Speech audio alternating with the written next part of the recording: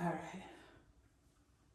Welcome to Small Talk with Kenya and Dawn. I'm Dawn. And I'm Kenya. So today we are joined by two special guests, one that you've already met before, which is my older daughter, which is Jocelyn, and we are also here with her best friend, Chakari. Both of these ladies are mothers. Chakari has a 5-year-old little girl. Jocelyn has two little boys, 3 years old and 2-year-old, which of course are my grandsons. Kenya, she has children, and I have two other children. So Kenya, let's start with you. Okay. What has been some of the most rewarding aspects of being a mother? For me, seeing the people that my children grew into. My kids are a lot older than y'all's, but just to see, looking, and they are so far spread apart, just seeing the individuals that they become, being able to see some of my characteristics and my husband's characteristics in them, just seeing them grow into people.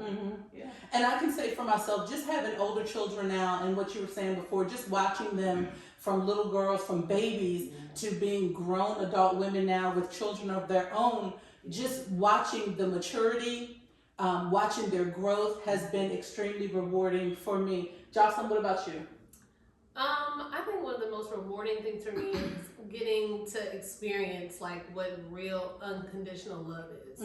That's good. That's very rewarding because I mean I love y'all. You know, we love each other, we love our family, but when you have kids, it's just, I mean, that love is just expanded beyond what I ever thought it could be. So just having that experience and that feeling is very rewarding. And I would say also just watching like the milestones, things that they learn and things like that. It's like, wow, I created that, and he learned that because of me. Like, oh, I taught him something, or you know. So those two things I would say for me at this stage, it's only been 3 years, are the most rewarding. Yeah, and your boys, and really they say the first 3 years I think are like the foundation for your children. So especially with Cairo, he's in that phase of right now where, you know, just from birth until 3 years old, you've really been able to you know, put some things in him, and you know, you're watching him learn and you're watching him grow. So you have the 5-year-old little girl, little sassy girl, so cute. So what has been rewarding for you about motherhood? Pretty much just piggybacking off what you guys said, just watching her grow, the maturity, everything that she's learning, just seeing the things that I'm instilling in her dad, my family. Now, you touched on something as far as your kids picking up things from yourself. What are some of the things that you've seen within you that you can now see in your children? Because I can see a lot of stuff in me, especially in this one right here, which is, of course, it's a great thing. But I can see things. But I can see things within me that's within my children. So what are some of the traits that you've seen? A lot of them, and a lot of the things that I've identified, really identifying myself, it gets on my nerves sometimes. Oh, okay. My daughters, their mouths. Oh, whatever they're thinking is gonna come out. And as I get older, I'm learning how to filter. They are still at that stage where they feel like they just have to say it. Yeah. With my son, he's a thinker. He will debate something that he's passionate about. Right. And that is me all day long. Yeah. So seeing the debate, the sassiness, if you will, I'm gonna also say their hearts too. Oh, okay. Because my kids' hearts are so pure. Yeah. They love people, and it's really hard for them to not love people, even when they're not lovable. But their hearts are so special to me. Yeah. What about you, Jocelyn? Being that the boys they're still so little, but I know that there's traits that you can see from yourself inside of your boys. Some of the things with them. They're very resilient. I think that you probably would co-sign on that. But I just see how determined they are to get their way. And that just may be toddlers in general. But I just know for me, like if I want something to go a certain way, even if it doesn't go that way, I'm going to do everything I can to make it happen. And them boys will not give up until they just can't, you know, do it anymore. But they're very, like, if this is what I want it. And if I'm not going to get it, then somebody's going to have to pay. That's about right. You're right. Another thing that I see in my grandsons, with your two, is their lack of shyness. Those boys are not shy, and I can attest probably to some of that with you not being a very shy person, because us being a military family, and we moved around with so many different people, so they were in different settings with different people all the time, and it's almost like you can kind of be like a chameleon type, Right. and you're able to adapt in those situations. And I see that with the boys, because these two are COVID babies. Yeah. They're COVID babies, Yeah. but even though they were, kind of inside their little bubble at home, but even when we're around other people, they're not shy about, now they may not let you pick them up and, all those things, that's okay to me, because I don't think that a lot of people that don't know your children need to be holding them anyway. But I can see that they're not turning away from people, they're not scared, they're not running, they're not any of that. And I can say that's one of the traits that I see in you, is that they're not shy children, and that they're able to adapt in other situations. What's something that you see in my little girl that you see in you? The sassiness, like having a girl, the attitude. She's a talker. From the time she wakes up to the time she goes to bed. I was the same way when I was little. I talk. And also, just how passionate she is about learning and her studies, school. I was the exact same way. That's good. But I'm not shy, and she's very shy. And I know she gets that from her dad. Okay. Extremely shy. Yeah. No, I've never known you to be shy. Yes. Never. But I'm Never heard you to be does not shy. attention means center of attention. No. But that's okay though. Yeah, I think that's kind of cute when some kids are a little on the shy side, especially with girls. And I think sometimes that maybe is a little intuitive of them to say, okay, I don't need to go near you. Right. Or you're just, kind of a reserved person. But you can also see that you said that comes from her father. Yes. And I think it's great when you see different traits from the mother and the father, and it's kind of, meshed and rolled up into, to your baby, because then you're able to see both of you in that child. So Kenya, when you were young mom, right? I think we were probably all young mothers. And I'm saying young as 25 and, well, not you. I was young. Oh, we was young. Wait a minute. You were 27, 28? I was about 27. Oh wow. Oh, so okay, so we I were was the young 27. ones. We were the Yeah, girls. I'm not nowhere near that. Okay. Okay, so we were the ones. We'll just say 30 and below. We'll say 30 and below. What was something that made you nervous about being a mom? Everything. Everything. With my first one, I was overprotective. I didn't want anybody to hold her. I remember with my grandparents, I made them wash their arm. My baby was premature, and it was a lot going on with her. But I made people wash their arms. I would put blankets over them, and everything just had me paranoid about it. But I remember my grandmother said something to me that really shook me to my core. She said, and being young and going through everything that I went through to have her, when she said this, it took me back to that, and it kind of got me together. She said, God is a jealous God, and if you keep putting that baby before him, he will take her from you. Ooh. Yeah, so that scared me. It shook me. Yeah. And when I started to release and allow my family that would come around, I wouldn't let anybody keep her. I had to feed her. It was so much, and I was really wearing myself thin. And once she said that to me, and I let go and started allowing it, I saw my baby started to progress even more. Oh, okay. But once I allowed that to happen. How old was she when you allowed that? I think she had gotten to be 6 months. Oh, okay. But she was one of those preemie babies. She had a heart monitor. There was all these different things going on with her, and I just didn't want anybody to touch her because I thought everybody was going to hurt her. And my grandmother told me, she was like, all you've been through, she's still here. She's tougher than you think. But I couldn't wrap my mind around it. But even allowing my aunts and people to really touch her and hold her, I could see her starting to respond more and do all those things. So So I have a question. Do you think the reason that you were like that is because she was premature? Do you think that was the sole reason? Because it was so much going on with her. I had to learn how to feed her because she didn't just take to it all once she came out. And She was in the NICU for a while. There was so many different things going on, and I just saw all of it, and I was young as well. So I was 15. I don't know if you knew that or not, but I was 15. And so I wasn't mature enough to understand what was going on, one thing. But even in doing that, just seeing the whole experience, I was just petrified that, you know, I died twice having her, and they almost lost her. And once I understood that, I didn't want to really lose her again, if that makes sense. So it was a lot. It took a lot for me to kind of let go and allow even just my family. This was my immediate family. I didn't want anybody to touch her.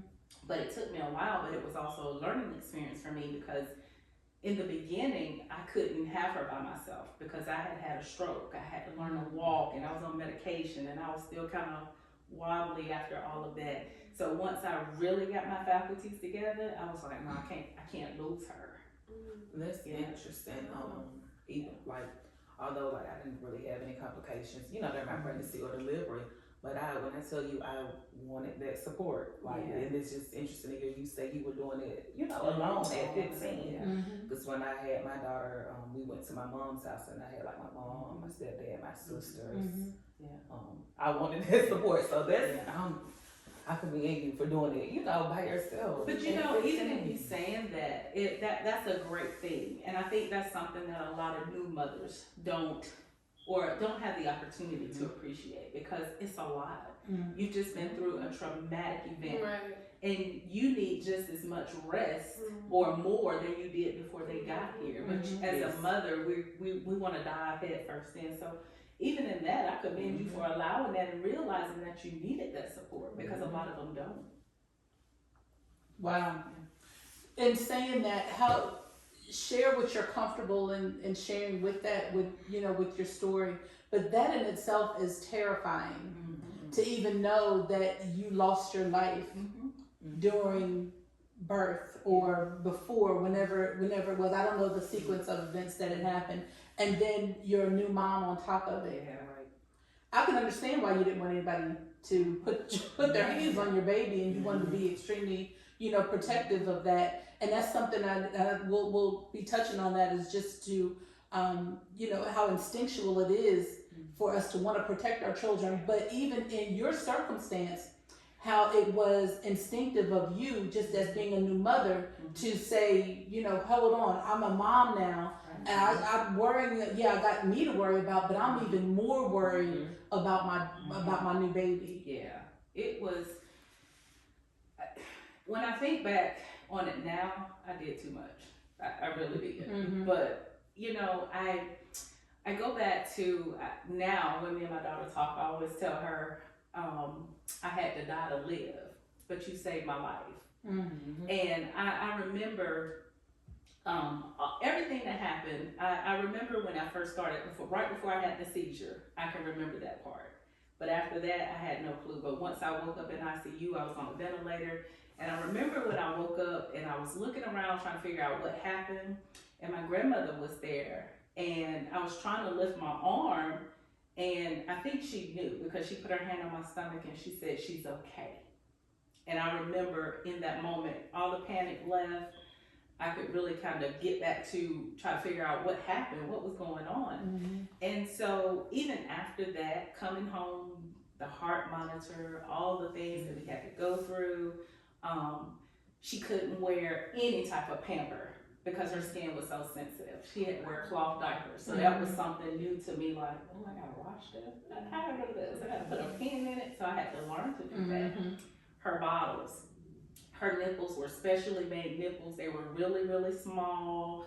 And I had to hold her, and I could hold her in one hand because she was only 3 pounds. And I had to really hold her head a certain way to feed her. It was so many different things that was going on. And mind you, I was still in high school.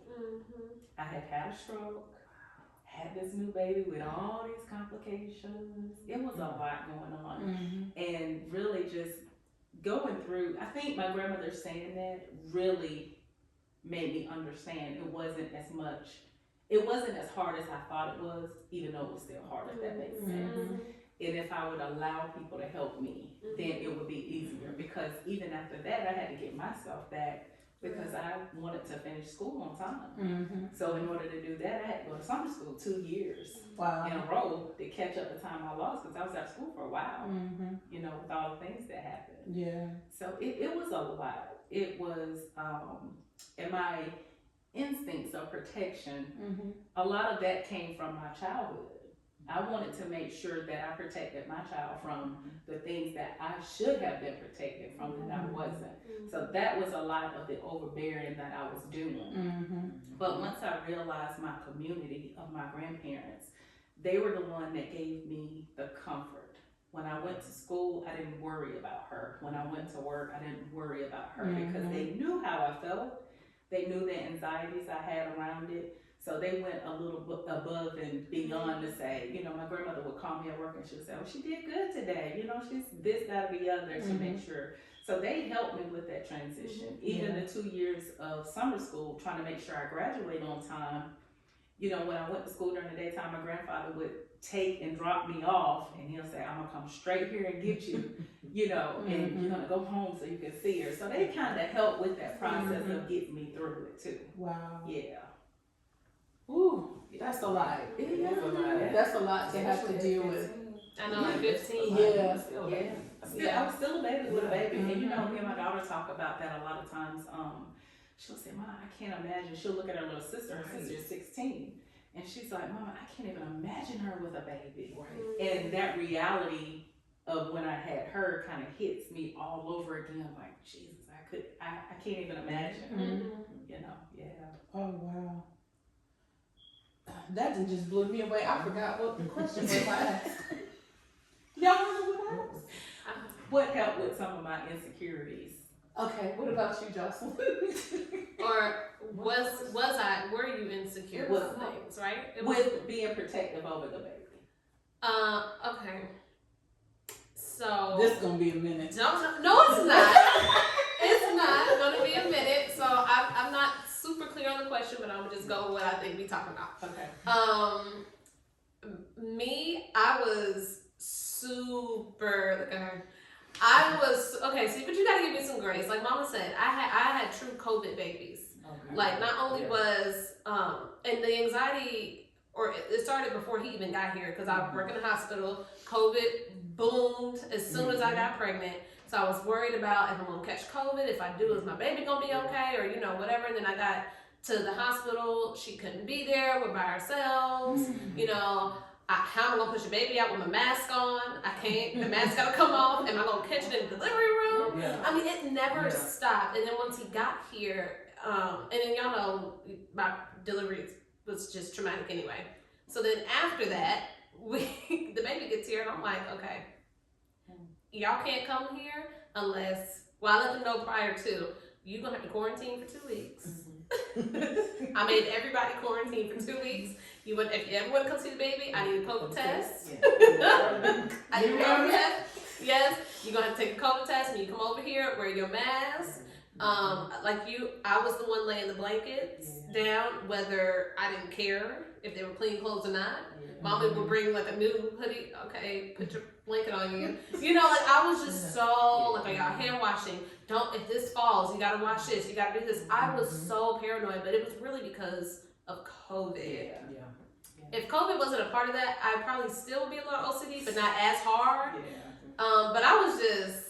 She put us through it. But you know, like. I mean, I wasn't 15, but it's still, you're a new mom. It doesn't matter, you know. And then you're a new mom, you know, during a pandemic, and it's like not only, you know, are you a new mom and a new baby, but I was watching people die every day. That was traumatic in itself. I was watching people die, and then my job, they tried to keep me out of COVID rooms, you know. But then I'm like in the hallway, having to stop and take a break because I got this mask on. I can't breathe. I'm here. I'm swollen by the time I clock in from the car, and then it's just like I can't breathe. I take this mask off. I'm like, this is a lot. And this baby gonna get here. When he get here, we gonna make sure that he all right. We gonna make sure that he's all right. So it got better with the second one because he came, you know, after COVID was kind of, you know, like, okay, y'all, don't quarantine. Just don't cough on nobody. If you got a fever, you can go out and party. You can do whatever you want to do. So it kind of settled down a little bit. I was still protective of him, but that first one, Mama knows. She be telling people all the time. I would be like, were you around anybody today? Did you go to the grocery store? Did you wear your mask in the grocery store? Mama know. I would be like, why? If we're on FaceTime, why is your mask below your nose? Pull your mask up. Why are you touching? Did you disinfect this? Did you do that? Did you wipe this down? Who came over your house? Did y'all sit outside? I swear we spent $500,000 in wipes and gloves. Yes. Because you gotta wipe everything I was like, we were bad, but we gotta wipe stuff down. Then you gotta spray it down with the disinfectant. Let it dry. Don't touch this. Don't touch that. Make sure your mask is up. You gotta wrap up in there in the blanket like you're cocooning yourself because you couldn't touch the baby. Then we like, good Lord, please let us know. I'm not kidding you. I'm not kidding you. I literally was calling them every day. I said, y'all have to quarantine for 14 days. You cannot be around anybody. And if you gotta go out, you gotta wear your mask. And I just remember after they met Cairo for the first time, they was like, we're never doing that again. I'm just letting you know that right now. And I was like, well, okay, but you're gonna have to take a test. I need to see a negative test. And you might need to take two because there's false negatives and false positives out here. So I was very, oh my God, I know y'all were tired of me. But I get it though. But I was so I get it. And it wasn't like I was dealing with COVID through the TV. I was in it. You were in the hospital. Yeah. Our first COVID admission that we had at our hospital, I admitted him.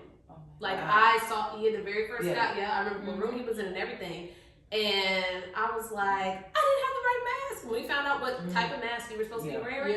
So it was just all that paranoia just kind of, made its way into the house and everybody else. My paranoia, I kind of spread it on everybody else with the baby. But, so that for me is what I was really, nervous about would be an OCD. I forgot about that too, and I can't even imagine going through that, especially. And I was watching through the TV. I just can't even imagine even the anxiety coming up to the delivery of, oh my God, I gotta bring my baby into this. In the hospital. In the hospital. And I'm like, did they wash their hands? Did they touch the doorknob? Did they touch this? Did they do that? And then after they get here, I gotta go to work. When I went back to work and I would come home, I was like, well, we don't have neck covers. What if COVID got on my neck? And then he puts his face in my neck, and now he done breathing it, and he got it. Like, I was when I came home that first day, I remember I was like, I don't even want to touch him. And I just asked God, I was like, Lord, please, don't ever let me bring something, home. So I went about him, and But still to this day, no one has had COVID right in your household. For the first time this year in July. But you're right. Out of all those years, though, we never had it. We never had it. And I know people were talking about me, but I was like, me and these kids. kids. It worked. Okay, so we are going to pause here. We're going to come back next week. We're going to continue to talk about motherhood. We're going to come back. We're going to start with Chakari's take on that question. I still really don't remember what I asked. But anyway, we're going to pick up, we're going to figure it out. We're going to pick up where we left off. So please, like the video, subscribe to the channel, give us some comments, let us know what you're thinking about it while we're talking about motherhood. And I'm so discombobulated right now, but that's okay. Hit the notification bell so you know when Kenya and, Small Talk with Kenya and Dawn comes on, which is every Tuesday morning at 7 a.m. So until then, have a great day.